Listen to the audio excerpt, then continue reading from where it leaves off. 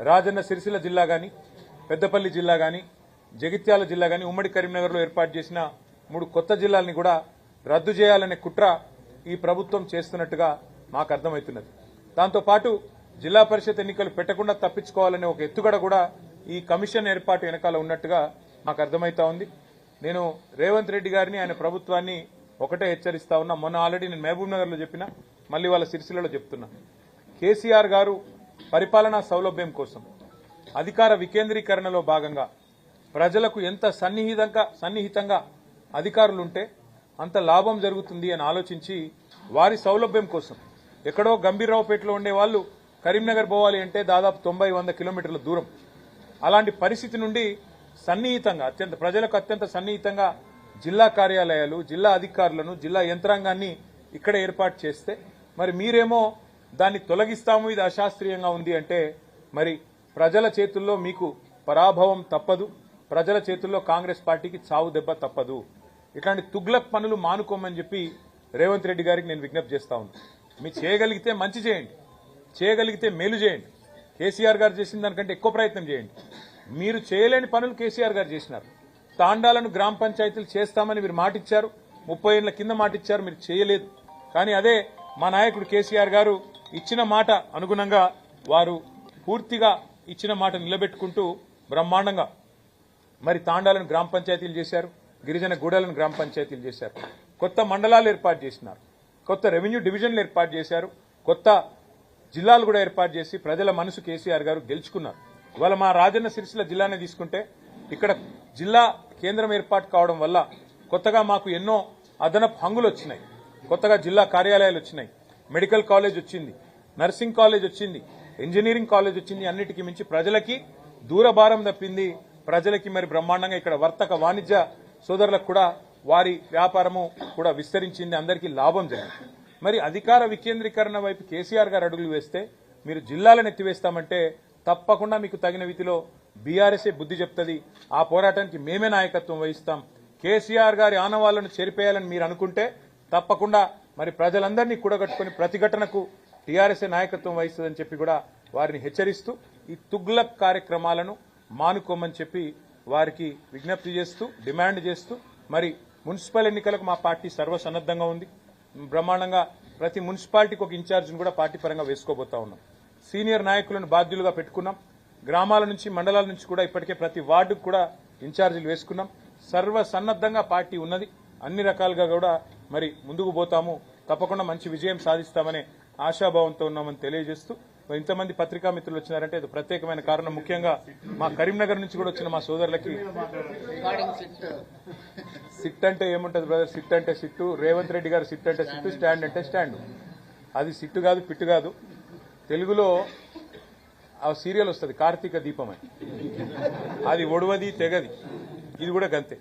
2 ఏళ్ల కింద రేవంత్ రెడ్డి పాపం పరిపాలన రాదు, చేత కాదు, అసమర్థుడు, ఇచ్చిన హామీలు నిలబెట్టుకునే తెలివి లేదు. 420 హామీలు ఇచ్చి అడ్డగోలు అబద్దాలు చెప్పి అధికారంలోకి వచ్చారు. తప్పించుకోవాలంటే ఏం చేయాలి? అమలు చేయకుండా 6 గ్యారెంటీలు, 420 హామీలు, ఏదో ఒక రూపంలో అటెన్షన్ డైవర్షన్ గేమ్లు ఆడాలి. అందులో భాగంగా కొన్ని రోజులు కాళేశ్వరం కుంభకోణం అని కొన్ని రోజులు డ్రామా, తర్వాత ఫోన్ ట్యాపింగ్ అని కొన్ని రోజులు డ్రామా, అట్లాగే కొన్ని రోజులు గొర్రెల స్కామ్ అని డ్రామా, కొన్ని రోజులు ఫార్ములా ఈ అని కొన్ని రోజులు డ్రామా. ఈ 2 ఏళ్లు ఈ డ్రామాలు, క్రైమ్ కథా చిత్రాలు, హారర్ చిత్రాలు తప్ప రేవంత్ రెడ్డి గారి ప్రభుత్వం సాధించింది, ప్రజలకు ఇచ్చింది ఏమైనా ఉందా? దయచేసి మీరు కూడా మీడియా సోదరులు కూడా ఆలోచించాలని నేను కోరుతా ఉన్నా. ఇవాళ మమ్మల్ని మన హరీష్ రావు గారు వారి బొగ్గు కుంభకోణాన్ని బయటపెట్టినారు. రేవంత్ రెడ్డి గారి బావమరిది ఆధ్వర్యంలో ఎట్లా సింగరేణిలో బొగ్గు కుంభకోణాలు జరుగుతున్నాయి, 1000 కోట్ల కాంట్రాక్టులు అటు రేవంత్ రెడ్డి గారు ఇటు కేంద్ర ప్రభుత్వంలో ఉన్న పెద్దలు మంచిగా అదులుకొని బదులుకొని ఇద్దరు కాంగ్రెస్ బీజేపీ వాళ్ళు వారు చక్కగా దోపిడీ చేస్తున్నారో బయట పెడితే, పొద్దున బయట పెడితే సాయంత్రం కల్లా సిట్టు నోటీసు. నేను అందుకే అంటా ఉన్నా, ఇవాళ సిట్టు వేయాల్సింది ఎవరి మీద? పొంగులేటి శ్రీనివాసరెడ్డి రాష్ట్ర రెవెన్యూ శాఖ మంత్రి, వారి కొడుకు గూండాగాళ్లం తీసుకొని పోయి భూములు కబ్జా చేస్తా ఉన్నాడు, ప్రైవేటు భూములు. వారి మీద సిట్టు వేయండి. ఇవాళ రేవంత్ రెడ్డి గారి బావమరిది సృజన్ రెడ్డి డైరెక్ట్ గా బొగ్గు కుంభకోణాలు చేస్తున్నాడని ఆధారాలతో చూపెడితే వారి మీద సిట్టు ఉండదు, ఏ విచారణ ఉండదు. కనీసం బీజేపీ వాళ్ళని ఆశ్చర్యం అనిపించింది కిషన్ రెడ్డి గారు మాట్లాడితే. ఆయన అంటున్నాడు, ఏది రాష్ట్ర ప్రభుత్వం కంప్లైంట్ చేస్తేనట ఈయన సిబిఐ విచారణకు ఆదేశిస్తారట. అంటే ఎట్లుందంటే ఇది పట్టపగలే దోపిడీ చేసిన దొంగ, నేను దొంగతనం చేసిన అనుభవం ఇవ్వడం చెప్తాడా పోలీస్ స్టేషన్లో? దొంగ అని చెప్పి మేము ఆధారాలతో సహా చూపెడుతుంటే కాదు కాదు కాదు దొంగనే ఫిర్యాదు చేయాలి, చేస్తే మేము విచారణకు ఆదేశిస్తాం. ఇంత అసహ్యంగా, ఇంత ఎబ్బెట్టుగా ఇవాళ కేంద్ర ప్రభుత్వ వైఖరి ఉంది. అమృత్ స్కామ్లో సృజన్ రెడ్డి గారి కంపెనీకి అర్హత లేకపోయినా కేంద్ర ప్రభుత్వ పథకం అమృత్లో వీళ్ళ బావమరిది రేవంత్ రెడ్డి గారి బావమరిది ఇవాళ కాంట్రాక్ట్లు ఏవైతే దక్కించుకున్నారో ఆధారాలతో సహా నేను పోయి ఢిల్లీకి పోయి కేంద్ర పట్టణాభివృద్ధి శాఖ మంత్రికి ఇచ్చినాను. వేయండి సిట్టు దాని మీద. అట్లాగే మరి సుప్రీంకోర్టు ఎంపవర్డ్ కమిటీ చెప్పింది కంచె గచ్చిబౌలి భూముల్లో 10,000 కోట్ల కుంభకోణం జరిగింది, దీని మీద ఒక స్పెషల్ ఇన్వెస్టిగేషన్ టీం వేయండి అని చెప్పి నేను చెప్పడం లేదు, బీఆర్ఎస్ చెప్పడం కాదు, సుప్రీంకోర్టు అపాయింట్ చేసిన సెంట్రల్ ఎంపవర్డ్ కమిటీ కేంద్ర ప్రభుత్వానికి రికమెండ్ చేసింది. ఎందుకు కేంద్ర ప్రభుత్వం స్పందించట్లేదు? ఎందుకు రేవంత్ రెడ్డిని కాపాడుతున్నది?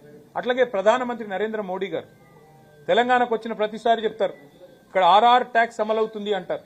మరి ఆర్ఆర్ ట్యాక్స్ అమలవుతుందని మీరు చెప్పి సంవత్సరంన్నర అయిపోయింది. రేవంత్ రెడ్డి గారు, రాహుల్ గాంధీ గారు దోపిడీ చేస్తున్నారని మీరే చెబుతూ మీ కేంద్ర హోంశాఖ మంత్రి అమిత్ షా గారేమో తెలంగాణ ఏటీఎంగా మారిపోయింది కాంగ్రెస్ అని స్టేట్మెంట్ ఇస్తారు. మరి దొంగలు పట్టుకోవాల్సింది హోంమంత్రే కదా, పోలీసు వాళ్లే కదా. ఏటీఎంగా మారింది తెలంగాణ అని చెప్తారు, సిట్టు మాత్రం ఉండదు. అట్లాగే మీరు ఆర్ఆర్ ట్యాక్స్ అంటారు, దాని మీద సిట్టు ఉండదు, దాని మీద విచారణ ఉండదు. బొగ్గు కుంభకోణం జరిగిందయ్యా అని చెప్పి ఆధారాలు ఇస్తే దాని మీద సిట్టు ఉండదు. మమ్మల్ని మాత్రం పిలుస్తున్నారు. తప్పకుండా మేము ఏ తప్పు చేయలేదు కాబట్టి, మేము ఏ రకంగా కూడా ఎవరికి నష్టం చేయలేదు కాబట్టి ముమ్మాటికి పోతాం. కాకపోతే ఒకటి ఉంది, ఇప్పుడు ప్రభుత్వాన్ని నడిపేటప్పుడు ఇవాళ రేవంత్ రెడ్డికి కూడా తెలుసు పోలీసులు ఒక పని ఎప్పటికప్పుడు చేస్తూనే ఉంటారు 24/7. ఏంటిది అది?